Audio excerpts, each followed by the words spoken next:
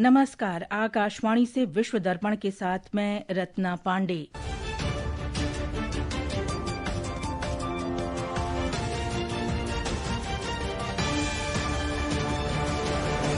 मुख्य समाचार। प्रधानमंत्री नरेंद्र मोदी कल से मलेशिया की 2 दिन की यात्रा पर। अमेरिका और ईरान ने ओमान में परमाणु वार्ता की। फ्रांस ग्रीनलैंड में वाणिज्य दूतावास खोलने वाला पहला यूरोपीय संघ का देश बना। पाकिस्तान में इस्लामाबाद के एक शिया धार्मिक केंद्र पर आत्मघाती हमले में 31 लोग मारे गए और 170 घायल। और भारत ने इंग्लैंड को 100 रन से हराकर छठी बार अंडर 19 एक दिवसीय क्रिकेट विश्व कप जीता। और अब समाचार विस्तार से। प्रधानमंत्री नरेंद्र मोदी कल 2 दिन की मलेशिया यात्रा पर कुआलालंपुर के लिए रवाना होंगे। हमारे संवाददाता ने बताया है कि दोनों पक्ष अपने व्यापक रणनीतिक साझेदारी को गहरा करने सहित संबंधों के पूरे दायरे की समीक्षा करेंगे। कल का सबसे बड़ा आकर्षण प्रधानमंत्री का भारतीय समुदाय से मिलना होगा। सलामत दतांग मोदी जी के नाम के इस कार्यक्रम में करीब 15,000 लोगों के आने की उम्मीद है, जहां प्रधानमंत्री नरेंद्र मोदी का जोरदार स्वागत किया जाएगा। फ्यूजन और एलईडी डांस, गाने बजाने जैसे कई सांस्कृतिक कार्यक्रम होंगे। Mines international exhibition and convention centre में होने वाला यह आयोजन भारतीय समुदाय की संस्कृति की झलक दिखाएगा। मलेशिया में भारतीय समुदाय दुनिया का तीसरा सबसे बड़ा और दूसरा सबसे बड़ा पीआईओ समुदाय माना जाता है। इसके बाद रविवार को प्रतिनिधि मंडल स्तर की बातचीत होगी और कई समझौता ज्ञापनों पर हस्ताक्षर भी किए जाएंगे। दुर्गेश भदौरिया, आकाशवाणी समाचार, कुआलालंपुर। अमेरिका और रूस के बीच नई रणनीतिक हथियार कटौती संधि न्यू स्टार्ट की समय सीमा कल समाप्त होने के बाद अमेरिका ने आज एक नए शस्त्र नियंत्रण समझौते की मांग की। रूस ने प्रस्ताव दिया था कि दोनों पक्ष स्वेच्छा से समझौते की अवधि को 1 वर्ष के लिए बढ़ा दें ताकि उत्तराधिकारी संधि पर बातचीत के लिए समय मिल सके। हालांकि अमेरिका के राष्ट्रपति डोनाल्ड ट्रंप ने सोशल मीडिया पोस्ट में कहा कि एक नई संधि होनी चाहिए। अमेरिका के विदेश उपसचिव थॉमस डिडानो ने जिनेवा में निरस्त्रीकरण सम्मेलन में कहा कि न्यू स्टार्ट संधि का न तो अमेरिका और न ही वैश्विक सुरक्षा के लिए फायदेमंद होगा।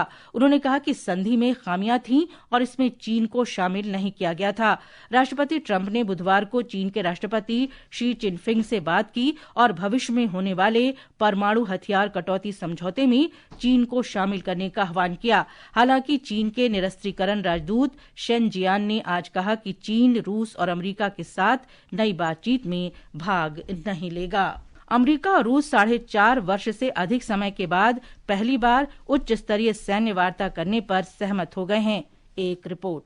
अमेरिका और रूस के बीच उच्च स्तरीय सैन्य संवाद वर्ष 2021 के अंत में रोक दिया गया था, क्योंकि फरवरी 2022 में यूक्रेन पर रूस के आक्रमण से पहले रूस और अमेरिका के बीच तनाव पैदा हो गया था। उस समय डोनाल्ड ट्रंप का राष्ट्रपति पद के दूसरे कार्यकाल के लिए प्रचार चल रहा था और उन्होंने इस संघर्ष को जल्द समाप्त कराने का वायदा किया था। अमेरिका की यूरोपीय कमान ने एक बयान में बताया कि सैन्य संवाद की बहाली से स्थायी शांति के लिए काम करने के लिए दोनों पक्षों को सैन्य संपर्क स्थापित करने का मंच मिलेगा। विश्व दर्पण के लिए मैं सरफिरोजी। अमेरिका और ईरान के वरिष्ठ अधिकारियों ने आज ओमान में अप्रत्यक्ष बातचीत की, जो पिछले साल अमेरिकी सैन्य हमलों में ईरानी परमाणु सुविधाओं को निशाना बनाए जाने के बाद दोनों प्रतिद्वंद्वुओं के बीच पहली औपचारिक बातचीत थी। ओमान के विदेश मंत्री बदर अल बुसैदी की मध्यस्थता में हुई ये बातचीत ओमान की राजधानी मस्कत में हुई। ईरानी विदेश मंत्री अब्बास अरागची ने इस सत्र को एक अच्छी शुरुआत और एक बहुत अच्छी शुरुआत बताया और बातचीत जारी रखने की आपसी इच्छा का उल्लेख किया। ईरानी सरकारी मीडिया से बात करते हुए उन्होंने इस बात पर जोर दिया कि भविष्य के दौरे के लिए समन्वय संबंधित राजधानियों में तय किया जाएगा, जो चुनौतियों के बावजूद सतर्क प्रगति का संकेत देता है। हालांकि कोई बड़ी सफलता की घोषणा नहीं की गई, लेकिन दोनों पक्षों ने आगे के दौर के लिए खुलापन व्यक्त किया और ओमान के विदेश मंत्रालय ने पुष्टि की कि चर्चा गंभीर थी। लेबनान और सीरिया ने आज एक समझौते पर हस्ताक्षर किए। इस समझौते के अंतर्गत 300 से अधिक सीरियाई कैदियों को लेबनानी जेलों से उनके देश सीरिया भेजा जाएगा ताकि वे अपनी बाकी सजा वहीं पूरी कर सकें।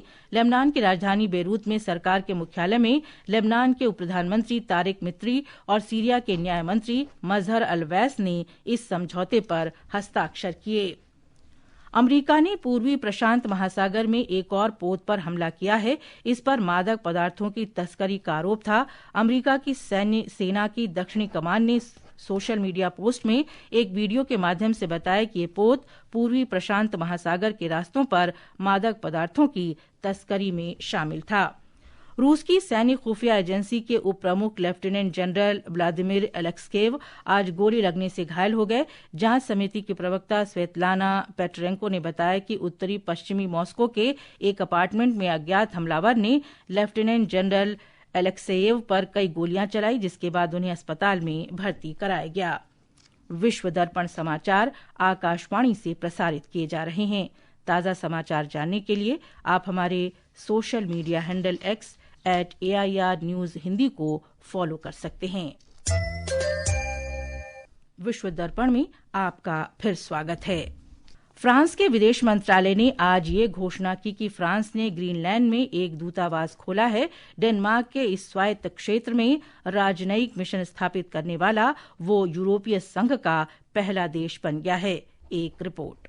विदेश मंत्रालय ने सोशल मीडिया पर एक पोस्ट में कहा कि जीन नोएल पोएरियर ने ग्रीनलैंड की राजधानी नुक में महावाणिज्य दूत के रूप में अपना पद संभाल लिया है। यह कदम फ्रांस के वाणिज्य दूत नेटवर्क को मजबूत करने के लिए उठाया गया है। फ्रांस के विदेश मंत्री जीन नोएल बैरोट ने पिछले महीने कहा था कि दूतावास खोलना एक राजनीतिक संकेत देता है। यह कदम अमेरिका के राष्ट्रपति डोनाल्ड ट्रंप की बार बार की गई टिप्पणियों के बाद उठाया गया है कि वे डेनमार्क साम्राज्य के भीतर एक शासित क्षेत्र ग्रीनलैंड को हासिल करना चाहते हैं। राष्ट्रपति ट्रंप की इन टिप्पणियों पर पूरे यूरोप में कड़ा विरोध हुआ है। विश्व दर्पण के लिए मैं मनोज।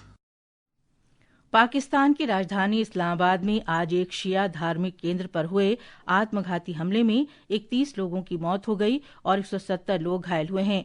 ये धमाका शहजाद नगर क्षेत्र के तरलाई इमाम बारगाह में हुआ।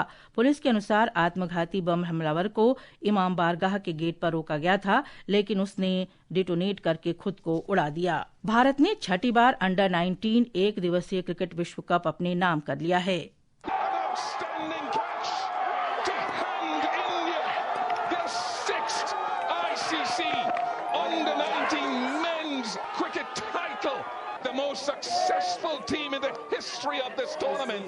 फाइनल में भारत ने इंग्लैंड को 100 रन से हरा दिया है।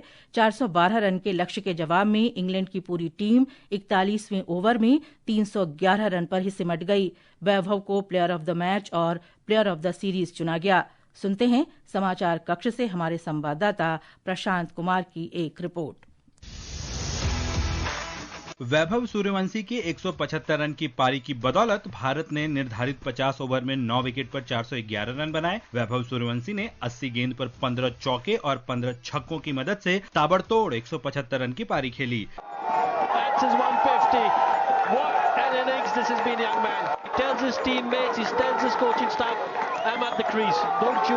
इस पारी के दौरान वैभव ने यूथ एक दिवसीय में सबसे तेज 71 गेंद पर 150 रन बनाने का कीर्तिमान अपने नाम किया। साथ ही वैभव का ये स्कोर किसी भी आईसीसी एक दिवसीय प्रतियोगिता के फाइनल मैच का सबसे बड़ा स्कोर है। कप्तान आयुष महात्रे ने वैभव का साथ निभाते हुए 53 रन का योगदान दिया। भारत ने तीसरी बार अंडर-19 विश्व कप में 400 से अधिक रन बनाने का कीर्तिमान भी अपने नाम किया। इससे पहले भारत ने वर्ष 2000, 2008, 2012, 2018 और 2022 में खिताब जीता था। अंत में मुख्य समाचार एक बार फिर। प्रधानमंत्री नरेंद्र मोदी कल से मलेशिया की 2 दिन की यात्रा पर। अमेरिका और ईरान ने ओमान में परमाणु वार्ता की। फ्रांस ग्रीनलैंड में वाणिज्य दूतावास खोलने वाला पहला यूरोपीय संघ का देश बना। पाकिस्तान में इस्लामाबाद के एक शिया धार्मिक केंद्र पर आत्मघाती हमले में 31 लोग मारे गए और 170 घायल। और भारत ने इंग्लैंड को 100 रन से हराकर छठी बार अंडर-19 वनडे क्रिकेट विश्व कप जीता। इसके साथ ही विश्व दर्पण का ये अंक समाप्त हुआ। नमस्कार।